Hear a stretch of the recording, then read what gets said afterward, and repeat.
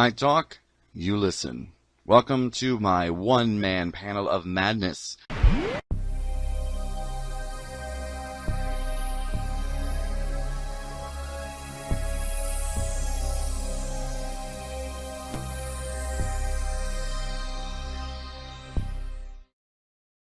Hey everyone, it's Dr. Jiahu, and I've got some more stuff coming up. First of all, I just want to say I'm excited to learn that March 18th is the day that we will be seeing the Zack Snyder Justice League cut. So that is exciting. I mean, I saw that this morning and I screamed, which validates the segment we did on the leaked information that stated that there would be the release of the Zack Snyder Justice League cut sometime in March. So now we have it confirmed by HBO Max that it will be March 18th.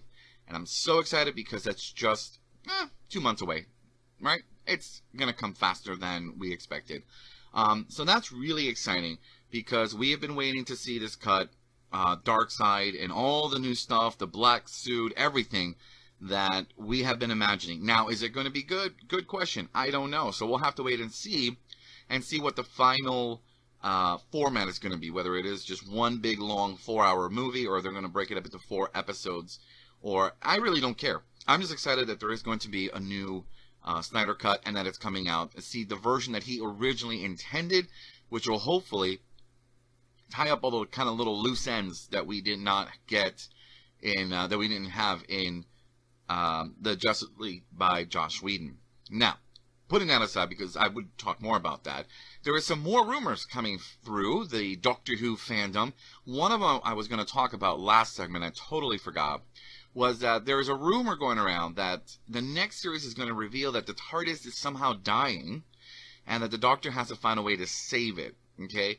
And that throughout the whole series of the 13th Doctor, we've been seeing this happening, and that's why the TARDIS isn't reliable. However, to this rumor I say this: the TARDIS has never been reliable. For one thing, it's always taking the Doctor where the Doctor needs to go, and this is what Idris said in The Doctor's Wife.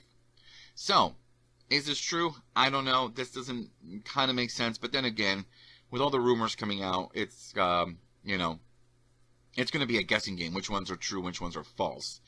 I would say that would be a cool idea, that something is happening to the TARDIS, because we all know that the TARDIS is the one companion the Doctor always has.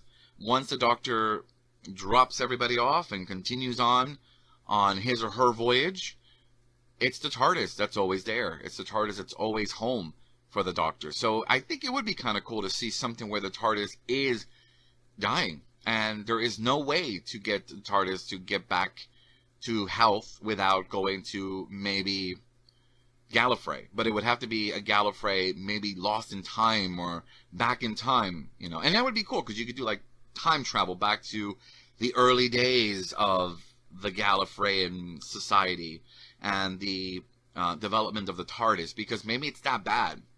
Because, seriously, the TARDIS is an old ship. She's been around for a very, very, very long time. And we don't even know how long, really, because the TARDIS could have been around way before the Dr. Ruth Doctor. So we don't know. I'm just saying that would be an interesting story. I think I would like to see that story happen. But the other news is that, and this again has to do with the story that I talked about the other day, that there is a 14th Doctor, okay, and that actress Tania Miller is again claiming that she knows who it is. And this time there's a bit of proof, I guess, because this was, I guess, from a chat in Cameo, and I will read it because that way you can see that there is something going on, and we're not sure yet. But anyways, this fan asked, apparently at 5:08 a.m., which I'm assuming is English time or British time, on Cameo, and said, "Hi, Tania, there are rumors going around on Twitter that you recently stated you know who the next Doctor Who is, but people are claiming it was faked. Can you confirm? Love your work." Tania responded, and there's a picture of her, a little sort of avatar of her. It says, "Well, I can say they are fabulous and fierce. You are in for a very special treat. Thanks for the kind words. Now, again, I asked the question, why in the hell would someone who is a working actor put herself in this kind of turmoil? Because let me be honest, in Hollywood at least, if you do something like this, and you try to spoil something if you're just making this up, you will be forever banned. I mean, they will find ways to literally kill your career. Now let's talk about David Prowse. This happened allegedly with David Prowse. David Prowse, who played and has recently passed, played Darth Vader, or the body of Darth Vader. And the rumor is, and the story is, that he was never welcomed to the Star Wars Celebration because they felt, or George Lucas felt, that he was the reason, or that he spoiled the very important scene in Star Wars Empire Strikes Back. Now, there's a documentary, and I forgot the name of it, and I wish I could remember it now, but it was a really good documentary. I believe it was made by an Italian director, or Spanish director, but I think it was Italian, that actually sort of chronicles the life of David Prowse. And in it, they talk about that he's never been invited to Star Wars Celebration.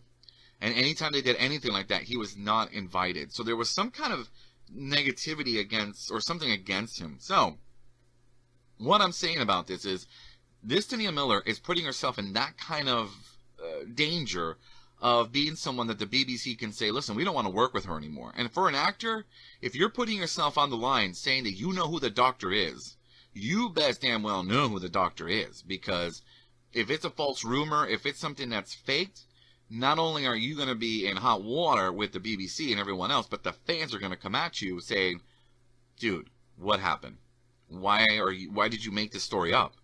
And again, you could say, well, she's doing it to get attention. She's just joking around.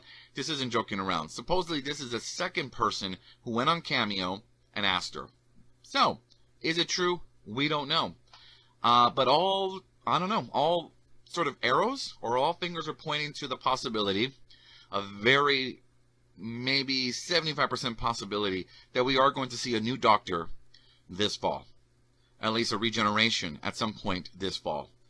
And I'm hoping that things clear up with this whole COVID crap, which is what I'm calling it, and we get back to Comic-Con this year in July, and that the BBC does a great event, or does something again, to give us a little bit of hint as to what is happening. But I'm sure right now that the BBC is going, WTF, what does she know? And of course, I'm going back and looking, because the other claim was that she had already worked with this person. And so now you go through her IMDb and try to see who is, who's English or British, who she worked with, who might be male, female, because we don't know. And she's not saying who. She is saying that they are fabulous and fierce. Now, the word fierce is giving me the idea that it's a female. And I also think that potentially she could be the 14th Doctor. And that she has been given the okay to, put those hints out there. Like some kind of conspiracy, BBC conspiracy. So I don't know. I think she'd be fun as a new Doctor.